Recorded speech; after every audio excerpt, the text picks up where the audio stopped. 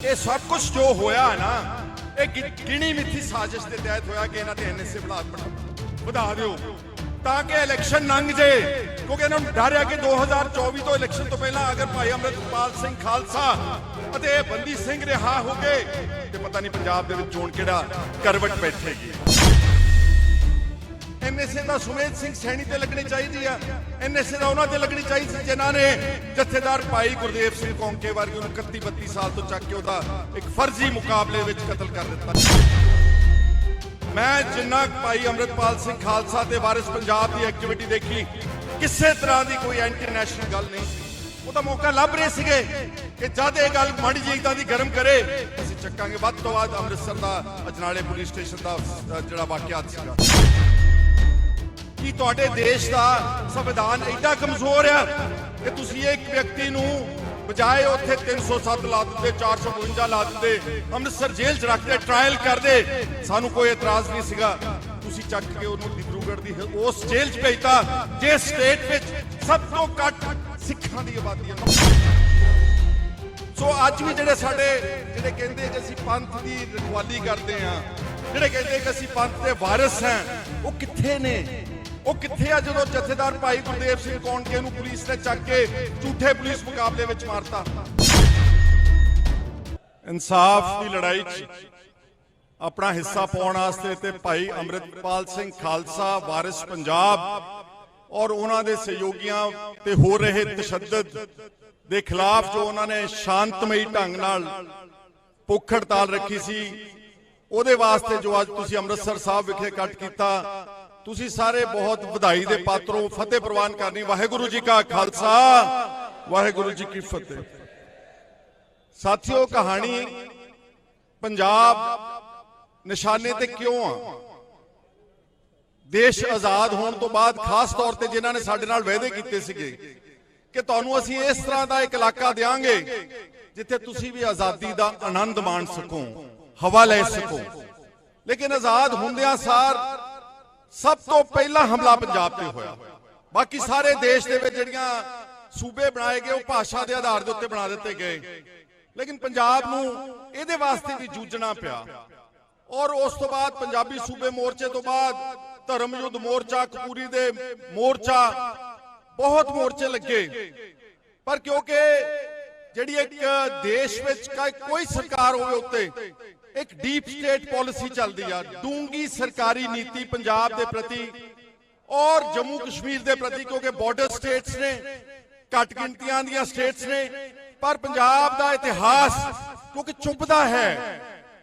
ਜੋ ਸਾਡੇ ਦਸਮ ਪਿਤਾ ਗੁਰੂ ਗੋਬਿੰਦ ਸਿੰਘ ਜੀ ਮਹਾਰਾਜ ਨੇ 1699 ਵਿੱਚ ਜਦੋਂ ਖਾਲਸੇ ਦੀ ਸਿਰਜਣਾ ਕੀਤੀ, ਜੋ ਉਸ ਵਕਤ ਜ਼ੁਲਮ ਹੋ ਰਿਹਾ ਸੀ, ਘੱਲੂਕਾਰੇ ਹੋਏ, ਉਹਦੇ ਵਿਰੋਧ ਵਿੱਚ ਜਦੋਂ ਖੜੇ ਹੋਏ, ਠੀਕ 100 ਸਾਲ ਬਾਅਦ ਮਹਾਰਾਜਾ ਰਣਜੀਤ ਸਿੰਘ ਨੇ ਖਾਲਸਾ ਰਾਜ ਦੀ ਸਥਾਪਨਾ ਕਰਤੀ, ਜਿੱਥੇ ਸਿੱਖਾਂ ਦੀ ਗਿਣਤੀ ਸਭ ਤੋਂ ਘੱਟ ਸੀਗੀ, ਸਭ ਤੋਂ ਵੱਧ ਮੁਸਲਮਾਨ ਗਿਣਤੀ ਸੀ, ਫਿਰ ਹਿੰਦੂ ਆਬਾਦੀ ਸੀ ਤੇ ਤੀਸਰੇ ਨੰਬਰ ਤੇ ਸਿੱਖ ਸੀ। ਲੇਕਿਨ ਉਹ ਜਿਹੜਾ ਉਹਨਾਂ ਦਾ ਰਾਜ ਰਿਹਾ 40-45 ਸਾਲ, ਉਹ ਇੱਕ ਦੁਨੀਆ ਦੇ ਵਿੱਚ ਸਭ ਤੋਂ ਬਿਹਤਰੀਨ ਰਾਜ, ਜਿੱਥੇ ਕੋਈ ਕੈਪੀਟਲ ਪਨਿਸ਼ਮੈਂਟ ਨਹੀਂ, ਜਿੱਥੇ ਕੋਈ ਇੱਕ ਬੰਦੇ ਨੂੰ ਫਾਂਸੀ ਦੀ ਸਜ਼ਾ ਨਹੀਂ ਦਿੱਤੀ ਗਈ ਔਰ ਸਭ ਨਾਲ ਇਨਸਾਫ, ਚਾਹੇ ਮਹਾਰਾਜਾ ਦੀ ਅੱਖ ਇੱਕ ਸੀਗੀ ਲੇਕਿਨ ਉਹਨੇ ਇਨਸਾਫ ਸਭ ਨੂੰ ਬਰਾਬਰ ਦਾ ਦਿੱਤਾ।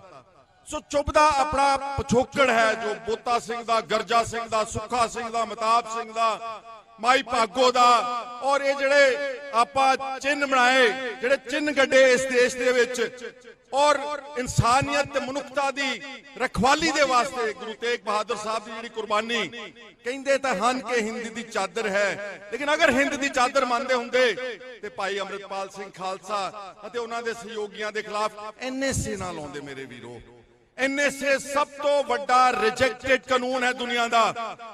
ਕਿਸੇ ਦੇਸ਼ ਵਿੱਚ ਬਿਨਾਂ ਅਪੀਲ, ਦਲੀਲ, ਜ਼ਮਾਨਤ ਕਿਤੇ ਕਿਸੇ ਦੇਸ਼ ਵਿੱਚ ਸਵਾਏ ਆ ਛੋਟੇ ਮੋਟੇ ਪਾਕਿਸਤਾਨ ਜਾਂ ਆਪਣੇ ਬੰਗਲਾਦੇਸ਼, ਜਿਹੜੇ ਇਸ ਤਰ੍ਹਾਂ ਦੇ ਥਰਡ ਵਰਲਡ ਕੰਟਰੀਜ਼ ਨੇ, ਉੱਥੇ ਹੋ ਸਕਦਾ ਵਾ, ਲੇਕਿਨ ਐਨਐਸਏ ਸਭ ਤੋਂ ਡ੍ਰੇਕੋਨੀਅਨ, ਇਸੇ ਪਾਰਲੀਮੈਂਟ ਵਿੱਚ ਐਨਐਸਏ ਤੇ ਟਾਡਾ ਰਿਜੈਕਟ ਹੋ ਚੁੱਕੇ ਨੇ, ਲੇਕਿਨ ਇਸ ਦੇਸ਼ ਦੀ ਮੌਜੂਦਾ ਸਰਕਾਰ ਨੇ ਯੂਆਪਾ ਤੇ ਐਨਐਸਏ ਨੂੰ ਦੁਰਉਪਯੋਗ ਕਰਨਾ ਸ਼ੁਰੂ ਕਰ ਦਿੱਤਾ।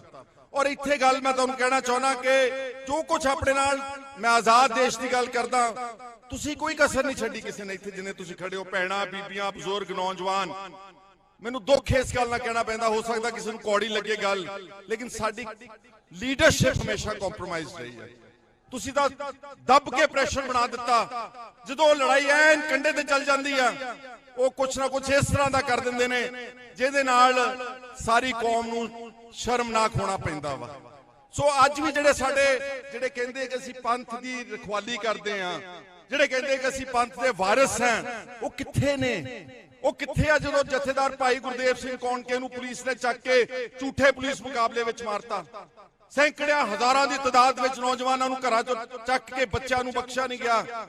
एनएसए तां उहनां ते लगनी चाहीदी सीगी, एनएसए दा सुमेध सिंह सैनी ते लगनी चाहिदी आ, एनएसए दा उहनां ते लगनी चाहिदी सी जिन्हां ने जथेदार भाई गुरदेव सिंह कौंके वर्गे नूं 31-32 साल तो चक के उहदा एक फर्जी मुकाबले विच कतल कर दिता। लेकिन लग के दे ते रही आ जिहड़ा अमृत दा प्रचार कर रहा है, जिहड़ा नशियां दा विरोध कर रहा। मैं जिन्ना भाई अमृतपाल सिंह खालसा ते वारिस पंजाब दी एक्टिविटी देखी, किसी तरह की कोई एंटी नैशनल गल नहीं सी। ਉਹਦਾ मौका ਲੱਭ ਰਹੇ ਸੀਗੇ ਕਿ ਜਦ ਇਹ ਗੱਲ ਮਾੜੀ ਜਿਹੀ ਇਦਾਂ ਦੀ ਗਰਮ ਕਰੇ ਅਸੀਂ ਚੱਕਾਂਗੇ। ਵੱਧ ਤੋਂ ਵੱਧ ਅੰਮ੍ਰਿਤਸਰ ਦਾ ਅਜਨਾਲੇ ਪੁਲਿਸ ਸਟੇਸ਼ਨ ਦਾ ਜਿਹੜਾ ਵਾਕਿਆਤ ਸੀਗਾ, ਕਿ ਤੁਹਾਡੇ ਦੇਸ਼ ਦਾ ਸੰਵਿਧਾਨ ਐਡਾ ਕਮਜ਼ੋਰ ਆ ਕਿ ਤੁਸੀਂ ਇੱਕ ਵਿਅਕਤੀ ਨੂੰ बजाय उत्थे 307 ला देंदे, 452 ला देंदे, अमृतसर जेल च रखते, ट्रायल करदे, सानू कोई एतराज नहीं सीगा। तुसी चक के उन्होंने डिब्रूगढ़ दी उस जेल च भेजता जिस स्टेट विच सब तो घट सिखां दी आबादी है, नॉट इवन 1%, 1% सिख नहीं, ताकि उत्थे उनको मिल ना सके, कोई इहदी मदद ना कर सके, इहदी कोई आवाज ना उठ सके। और इत्थे दुख इत्थे हुण आउंदा कि हुण साडा पंजाब दा मुख्यमंत्री पाग्या बनी हुई सिर दे उत्ते भगवंत सिंह मान है, 92 आदमी पंजाब ने जिताए, इन्हें प्लेट च रख के दे दिता अमृतपाल सिंह नूं दिल्ली दी सरकार दे उत्ते। मैं सुनिया केजरीवाल दा बयान, कहंदा हमने दिल्ली ने हमारी मदद मांगी, हमने दी, अगर दिल्ली दोबारा हमारी मदद मांगेगी हम उनको भी देंगे। बीजेपी दा रवैया तां आपां नूं पता वा, ਇਹਦੇ ਚ ਆਪਕੋ ਲੁਕੀ ਛੁਪੀ ਗੱਲ ਨਹੀਂ ਕਿ ਉਹ ਘੱਟ ਗਿਣਤੀਆਂ ਦੇ ਖਿਲਾਫ ਨੇ, ਉਹ ਮੈਜੋਰਿਟੇਰੀਅਨ ਸਟੇਟ ਬਣਾ ਰਹੇ ਨੇ, ਉਹ ਥੀਓਕ੍ਰੈਟਿਕ ਸਟੇਟ ਬਣਾਉਣ ਵੱਲ ਵਧ ਰਹੇ ਨੇ। ਆ ਜਿਹੜਾ ਹੁਣ ਕਾਨੂੰਨ ਬਣਿਆ ਉੱਤਰਾਖੰਡ ਵਿੱਚ ਯੂਨੀਫਾਰਮ ਸਿਵਲ ਕੋਡ, ਇਹ ਸਾਰੇ ਦੇਸ਼ ਵਿੱਚ 24 ਦੀ ਇਲੈਕਸ਼ਨ ਤੋਂ ਬਾਅਦ ਲਾਗੂ ਹੋਣਾ ਵਾ। ਸਾਰਿਆਂ ਨੂੰ ਇੱਕ ਨੱਕੇ ਦੇ ਵਿੱਚ ਦੀ ਲੰਘਣਾ ਪੈਣਾ ਵਾ, ਨਾ ਮੁਸਲਮਾਨਾਂ ਦੇ, ਨਾ ਬੋਧੀਆਂ ਦੇ, ਨਾ ਜੈਨੀਆਂ ਦੇ, ਨਾ ਈਸਾਈਆਂ ਦੇ, ਨਾ ਦਲਿਤਾਂ ਦੇ, ਨਾ ਸਿੱਖਾਂ ਦੇ। ਉਹ ਰੀਤੀ ਰਿਵਾਜ ਰਹਿਣਗੇ ਜਿਹੜੇ ਵਾਸਤੇ ਆਪਾਂ ਮੰਗ ਰਹੇ ਹਾਂ। ਅਸੀਂ ਤਾਂ ਬਹੁਤ ਦੇਰ ਤੋਂ ਕਹਿ ਰਹੇ ਕਿ ਸਿੱਖ ਇੱਕ ਵੱਖਰੀ ਕੌਮ ਹੈ। ਸਾਡੇ ਉਸ ਵਕਤ ਦੇ ਅਕਾਲੀ ਦਲ ਦੇ ਪ੍ਰੈਜ਼ੀਡੈਂਟ ਪ੍ਰਕਾਸ਼ ਸਿੰਘ ਬਾਦਲ ਨੇ ਤਾਂ 1984 ਚ ਪਾਰਲੀਮੈਂਟ ਦੇ ਸਾਹਮਣੇ ਕਨਸਟੀਟਿਊਸ਼ਨ ਦੀ ਧਾਰਾ 25 ਕਲੌਜ਼ 1 ਉਹਨੂੰ ਪਾੜ ਕੇ ਸੁੱਟਿਆ ਹੋਇਆ ਅੱਗ ਲਾ ਦਿੱਤੀ ਸੀਗੀ।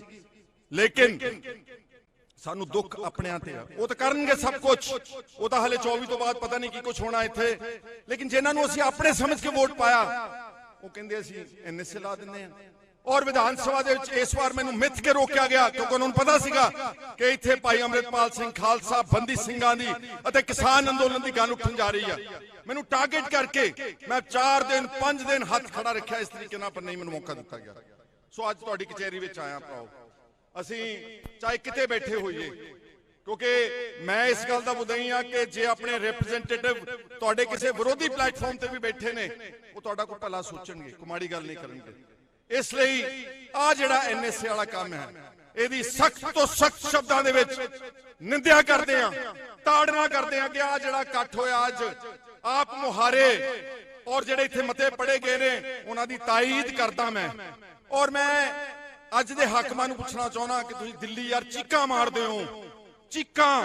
अरविंद केजरीवाल कह रहा हम तो कट्टर ईमानदार हैं, हमारे सिसोदिया और सतिंदर जैन को जेल में बंद कर दिया शराब घोटाले में। यारो 1.5 साल के अंदर ने सुप्रीम कोर्ट तक उन्होंने जमानत रिजेक्ट हो गई।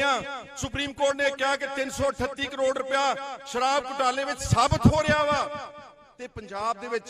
और वो गल ठीक कह रहा हो कि सीबीआई ते ईडी दा दुरुपयोग बीजेपी गलत कर रही गलत, पर तुसी दसो पंजाब दे विच सिख नौजवानों तो लेके ते अपने विरोधियों दे तुसी की कर रहे हो? कि पंजाब पुलिस दा उपयोग ठीक हो रहा है? कि विजिलेंस दा उपयोग ठीक हो रहा? इत्थे पंजाब दे विच आण के कहंदा असीं एक स्मगलर फड़िया वा। जिस पार्टी दे विरोधी धिर दे आगू वजों मेरे ते आ एनडीपीएस दा झूठा मन कड़त एक पर्चा दर्ज किया 2017 ਉਸੇ ਵਿੱਚ ਮੈਨੂੰ ਆਣ ਕੇ ਕਹਿ ਰਿਹਾ ਕਿ ਸਮਗਲਰ ਹੈ। ਔਰ ਭਗਵੰਤ ਮਾਨ ਨੇ ਇੱਕ ਵਾਰ ਨਹੀਂ ਕਈ ਵਾਰ ਕਿਹਾ ਮੈਂ ਪਾਰਲੀਮੈਂਟ ਚੁੱਕੂ, ਖਹਿਰਾ ਨਿਰਦੋਸ਼ ਹੈ। ਅਸੀਂ ਸਮਗਲਰ, ਸਾਡੀਆਂ 3-4 ਮਹੀਨੇ ਜ਼ਮਾਨਤਾਂ ਹੋ ਜਾਣ, ਉਹ ਕੱਟੜ ਇਮਾਨਦਾਰ। ਇਸ ਲਈ ਦੋਸਤੋ ਦੋਗਲੀ ਨੀਤੀ ਆ ਮੀਡੀਆ ਜਿਹੜਾ ਖੜਾ, ਸਾਡੇ 3-4 ਕੈਮਰੇ ਰਹਿ ਗਏ ਨੇ ਇੱਥੇ, ਦੇਖ ਲਓ ਤੁਸੀਂ, ਜਾਂ ਸੋਸ਼ਲ ਮੀਡੀਆ ਲੈ ਗਿਆ ਤੁਹਾਡਾ, ਜਿਹੜਾ ਤੁਹਾਡੇ ਕੋਲ ਆਪਣੇ ਹੱਥਾਂ 'ਚ ਫੜਿਆ, ਕੋਈ ਮੇਨ ਸਟ੍ਰੀਮ ਮੀਡੀਆ ਦਿਖਾ ਹੀ ਨਹੀਂ ਰਿਹਾ, ਕੋਈ ਮੇਨ ਸਟ੍ਰੀਮ ਇਲੈਕਟ੍ਰੋਨਿਕ ਤੇ ਪ੍ਰਿੰਟ ਅਖਬਾਰਾਂ ਕੱਲ ਨੂੰ ਛਾਪਣਗੀਆਂ ਨਹੀਂ। ਤੇ ਉਹਨਾਂ ਵਿੱਚ ਤੇ ਤੁਹਾਡੇ ਵਿੱਚ ਕੀ ਅੰਤਰ? ਤੁਸੀਂ ਕਹਿੰਦੇ ਗੋਦੀ ਮੀਡੀਆ ਬਣਾਤਾ, ਅਸੀਂ ਕਹਿੰਦੇ ਤੁਸੀਂ ਇੱਥੇ ਕਬਜ਼ਾ ਕੀਤਾ। ਸੋ ਸਾਨੂੰ ਆਪਣੇ ਨਾਲ ਦੁੱਖ ਆ, ਚਾਹੇ ਪੁਰਾਣੀਆਂ ਸਰਕਾਰਾਂ ਜਿਨ੍ਹਾਂ ਦੇ ਟੇਬਲ ਦੇ ਉੱਤੇ ਭਾਈ ਗੁਰਦੇਵ ਸਿੰਘ ਜਥੇਦਾਰ ਸਾਹਿਬ ਦੀ ਫਾਈਲ ਇਨਕੁਆਇਰੀ ਰਿਪੋਰਟ ਪਈ ਰਹੀ ਆ, ਚਾਹੇ ਹੋਰ ਹੋਏ ਅਨਿਆਏ ਤੇ ਜ਼ੁਲਮ ਦੀਆਂ ਫਾਈਲਾਂ ਉਹਨਾਂ ਦੇ ਕੋਲ ਪਈਆਂ ਰਹੀਆਂ, ਸਾਨੂੰ ਆਪਣੇ ਨਾਲ ਦੁੱਖ ਹੈ। ਹੁਣ ਵੀ ਤੁਹਾਨੂੰ ਮੈਂ ਦੱਸ ਦੇਣਾ ਕਿ ਜਿਹੜੀ ਬੇਅਦਬੀ ਦਾ ਵੱਡਾ ਕੇਸ ਹੈ ਡੇਰਾ ਸੱਚਾ ਸੌਦਾ ਰਾਮ ਰਹੀਮ ਦੇ ਖਿਲਾਫ, 295 ਦੀ FIR ਆ, ਫਰੀਦਕੋਟ ਦੇ SSP ਨੇ, ਹੋਮ ਡਿਪਾਰਟਮੈਂਟ ਪੰਜਾਬ ਗਵਰਨਮੈਂਟ ਜਿਹੜਾ ਹੋਮ ਮਿਨਿਸਟਰ ਭਗਵੰਤ ਮਾਨ ਹੈ ਉਹਦੇ ਟੇਬਲ ਤੇ ਪਈ ਕਿ ਸੈਂਕਸ਼ਨ ਦੇ, ਮਨਜ਼ੂਰੀ ਦੇ, ਅਸੀਂ ਉਹਨੂੰ ਪ੍ਰੋਸੀਕਿਊਟ ਕਰਨਾ ਚਾਹੁੰਦੇ ਆ। ਪੌਣੇ 2 ਸਾਲ ਦੀ ਫਾਈਲ ਜਿਉਂ ਦੀ ਤਿਉਂ ਉਹਦੇ ਟੇਬਲ ਦੇ ਉੱਤੇ ਪਈ। ਸੋ ਬਹੁਤ ਦਾਸਤਾਨਾਂ ਲੰਬੀਆਂ ਨੇ, ਸਮਾਂ ਇਜਾਜ਼ਤ ਨਹੀਂ ਦਿੰਦਾ। ਤੁਸੀਂ ਬਹੁਤ ਦੂਰ ਦਰਾਡੇ ਤੋਂ ਆਏ ਹੋ, ਮੈਂ ਤੁਹਾਡੇ ਸਭ ਦੇ ਨਾਲ ਸਹਿਮਤ ਹੋ ਕੇ ਮਤਿਆਂ ਦੀ ਤਾਈਦ ਕਰਕੇ, ਸਾਡੇ ਹੈੱਡ ਗ੍ਰੰਥੀ ਸਾਹਿਬ ਬੈਠੇ ਨੇ, ਅਕਾਲ ਤਖਤ ਸਾਹਿਬ ਦੀ ਕਮੇਟੀ ਨੇ ਫੈਸਲਾ ਲੈਣਾ। ਜੋ ਤੁਸੀਂ ਭਵਿੱਖ ਵਿੱਚ ਰਣਨੀਤੀ ਬਣਾਓਗੇ, ਜਿੰਨੇ ਜੋਗੇ ਹਾਂ, ਜਿੰਨੇ ਜੋਗੇ ਇਹਦੇ ਚ ਅਸੀਂ ਆਪਣਾ ਯੋਗਦਾਨ ਪਾਉਨੇ ਆ, ਪਾ ਸਕਦੇ ਆ, ਅਵਸ਼ ਪਾਵਾਂਗੇ। ਔਰ ਮੈਂ ਗੱਲ ਇਹ ਜਿਹੜੀਆਂ ਗੱਲਾਂ ਮੈਂ ਕਹਿ ਰਿਹਾ, ਇਹ ਮੋٹے ਤੌਰ ਤੇ ਪਹਿਲਾਂ ਵਿਧਾਨ ਸਭਾ ਦੇ ਵਿੱਚ ਰੱਖ ਚੁੱਕਿਆ ਵਾਂ। ਪਾਰਟੀਆਂ ਦੇ ਵਿੱਚ ਮਾੜਾ ਮੋਟਾ ਡਿਫਰੈਂਸ ਆਫ ਓਪੀਨੀਅਨ ਹੁੰਦਾ, ਇਹਦੀ ਚਿੰਤਾ ਨਹੀਂ ਕਰਨੀ। ਮੈਂ ਚਾਹੇ ਕਿਤੇ ਹੀ ਬੈਠਾ ਹੋਵਾਂ, ਪਰ ਮੈਂ ਹਮੇਸ਼ਾ ਆਪਣੇ ਸੂਬੇ ਤੇ, ਆਪਣੀ ਕੌਮ ਤੇ ਹੋ ਰਹੇ ਅਨਿਆਏ, ਕਿਉਂਕਿ ਇੱਥੋਂ ਗੱਲ ਕਹਿ ਕੇ ਗਿਆ ਇੱਕ ਨੌਜਵਾਨ ਸਾਥੀ ਕਿ ਸਾਨੂੰ ਸਿਖਾਇਆ ਨਹੀਂ ਗਿਆ ਕਿ ਜ਼ੁਲਮ ਹੋਵੇ ਤੇ ਅਸੀਂ ਪਿੱਠ ਕਰਕੇ ਲੰਘ ਜਾਈਏ। ਇਹ ਸਿੱਖਾਂ ਦਾ ਤੇ ਪੰਜਾਬ ਦੇ ਬਹਾਦਰ ਲੋਕਾਂ ਦਾ ਕੰਮ ਨਹੀਂ। ਸੋ ਇੰਨੀਆਂ ਮੇਰੀਆਂ ਬੇਨਤੀਆਂ, ਮੈਂ ਇੱਕ ਦੋ ਜਕਾਰੇ ਬਣਦੇ ਹੋਣ, ਹੋ ਸਕਦਾ ਵਾ ਕਿ ਕਿਉਂਕਿ ਇਹ ਸਾਰਾ ਜਿਹੜਾ ਇਹ ਸਭ ਕੁਝ ਜੋ ਹੋਇਆ ਨਾ, ਇਹ ਗਿਣੀ ਮਿੱਥੀ ਸਾਜ਼ਿਸ਼ ਦੇ ਤਹਿਤ ਹੋਇਆ ਕਿ ਇਹਨਾਂ ਤੇ NSA ਵਧਾ ਦਿਓ ਤਾਂ ਕਿ ਇਲੈਕਸ਼ਨ ਲੰਘ ਜੇ। ਕਿਉਂਕਿ ਇਹਨਾਂ ਨੂੰ ਡਰ ਆ ਕਿ 2024 ਤੋਂ ਇਲੈਕਸ਼ਨ ਤੋਂ ਪਹਿਲਾਂ ਅਗਰ ਭਾਈ ਅੰਮ੍ਰਿਤਪਾਲ ਸਿੰਘ ਖਾਲਸਾ ਅਤੇ ਇਹ ਬੰਦੀ ਸਿੰਘ ਰਿਹਾ ਹੋ ਗਏ ਤੇ ਪਤਾ ਨਹੀਂ ਪੰਜਾਬ ਦੇ ਵਿੱਚ ਚੋਣ ਕਿਹੜਾ ਕਰਵਟ ਬੈਠੇਗੀ। ਸੋ ਮੈਂ ਤੁਹਾਡਾ ਸਾਰਿਆਂ ਦਾ ਧੰਨਵਾਦ ਕਰਦਾ ਵਾਂ ਤੇ ਮੈਂ ਇੱਕ ਜਕਾਰਾ ਸਿਰਫ, ਕਿਉਂਕਿ ਕਿਸੇ ਦੇ ਖਿਲਾਫ ਲਾਉਣ ਦਾ ਕੋਈ ਤੁਕ ਨਹੀਂ ਬਣ ਗਿਆ, ਤੁਹਾਡਾ ਜਜ਼ਬਾਤ ਸਾਰੇ ਤੁਸੀਂ ਖਿਲਾਫ ਹੀ ਲੈ ਕੇ, ਅਗਰ ਉਹਨਾਂ ਨੇ ਸਮਝਣਾ ਹੋਏ, ਕਿਉਂਕਿ ਜਿਹੜਾ ਸ਼ਾਂਤਮਈ ਪ੍ਰੋਟੈਸਟ ਹੈ ਨਾ, ਉਹ ਸੁਲਝੇ ਹੋਏ ਦੇਸ਼ਾਂ ਵਿੱਚ ਚੱਲਦਾ ਵਾ। ਸੁਲਝੇ ਹੋਏ ਲੀਡਰਸ਼ਿਪ, ਜਾਪਾਨ ਦੇ ਵਿੱਚ ਸਿਰਫ ਕਾਲੀ ਪੱਟੀ ਬੰਨਦੇ ਆ ਔਰ ਵੱਧ ਕੰਮ ਕਰਦੇ 2 ਘੰਟੇ, ਉਹ ਆਣ ਕੇ ਮਿੰਟ ਕੱਢਦੇ ਨੇ ਕਿ ਤੁਹਾਡੀ ਕੀ ਸਮੱਸਿਆ ਵਾ। ਭੁੱਖ ਹੜਤਾਲ ਵੈਸਟਰਨ ਕੰਟਰੀਜ਼, ਵਿਕਸਿਤ ਦੇਸ਼ਾਂ 'ਚ ਚੰਗੇ ਲੀਡਰ ਉਹਨਾਂ ਨੇ ਇਹਨਾਂ ਦੇ ਕੋਲ ਪਹੁੰਚਣਾ ਸੀ ਇੱਥੇ ਕਿ ਮਾਤਾ ਜੀ ਦੱਸ ਦਿਓ ਕੀ ਗੱਲ ਹੈ। 25 ਦਿਨ ਤੋਂ ਇਹ ਭੁੱਖੇ ਬੈਠੇ ਨੇ। ਭਗਵੰਤ ਔਰ BJP ਦੇ ਆਗੂ ਨੂੰ ਪੁੱਛਣਾ, ਤੁਹਾਨੂੰ ਇੱਕ ਵਕਤ ਦੀ ਰੋਟੀ ਨਾ ਮਿਲੇ, ਇੱਕ ਵਕਤ ਦੀ ਤੁਹਾਨੂੰ ਰੋਟੀ ਨਾ ਮਿਲੇ, ਤੁਹਾਡੀ ਜਾਨ ਨਿਕਲ ਜਾਂਦੀ ਹੈ। ਤੁਸੀਂ ਇਹਨਾਂ ਤੱਕ ਪਹੁੰਚ ਹੀ ਨਹੀਂ ਕੀਤੀ ਯਾਰ। ਆ DC ਅਮਲਾ, ਆ SSP ਐਵੇਂ ਰੱਖੇ ਆ, ਫਰਜ਼ੀ ਰੱਖੇ, ਡਾਂਗਾ ਮਾਰਨ ਵਾਸਤੇ ਰੱਖੇ ਨੇ, ਕੁੱਟਣ ਵਾਸਤੇ ਰੱਖੇ ਨੇ। ਇਸ ਲਈ ਮੈਂ ਜਕਾਰਾ ਚੜ੍ਹਦੀ ਕਲਾ ਦਾ ਛੱਡਣਾ, ਬੋਲੇ ਸੋ ਨਿਹਾਲ ਬੁਲਾਉਣੀ ਅਤੇ ਬਾਅਦ ਚ ਮੇਰੀ ਫਤਿਹ ਪ੍ਰਵਾਨ ਕਰ ਲਿਓ। ਬੋਲੇ ਸੋ ਨਿਹਾਲ, ਸਤਿ ਸ੍ਰੀ ਅਕਾਲ। ਵਾਹਿਗੁਰੂ ਜੀ ਕਾ ਖਾਲਸਾ, ਵਾਹਿਗੁਰੂ ਜੀ ਕੀ ਫਤਿਹ। ਧੰਨਵਾਦ। ਬੋਲੇ ਸੋ